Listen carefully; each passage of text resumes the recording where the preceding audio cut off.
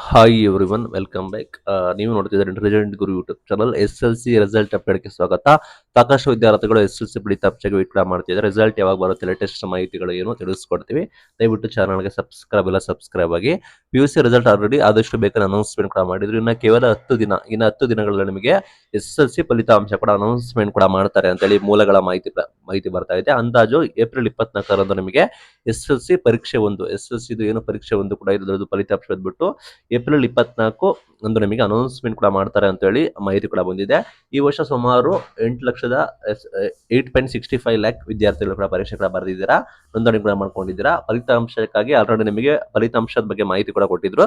And ನಿಮ್ದೇ ಮೌಲ್ಯಮಾಪನ valuation ಕೂಡ ಶುರುವಾಗಿದೆ. ಏಪ್ರಿಲ್ 5ರಿಂದ ಏಪ್ರಿಲ್ 20, ಏಪ್ರಿಲ್ 5 ಇಂದ ಏಪ್ರಿಲ್ 20 ನಿಮಗೆ ವ್ಯಾಲ್ಯೂಯೇಷನ್ ನಿಮ್ದು ಮೌಲ್ಯಮಾಪನ, ನಿಮ್ದು ಪೇಪರ್ ದಿನ ಮೌಲ್ಯಮಾಪನ ಕೂಡ ಇದೆ. ಅದು ಆಲ್ ಓವರ್ ಕರ್ನಾಟಕ ನಿಮ್ಮ ಸೆಂಟರ್ಗಳಲ್ಲಿ ನಡೀತಾ ಇದೆ.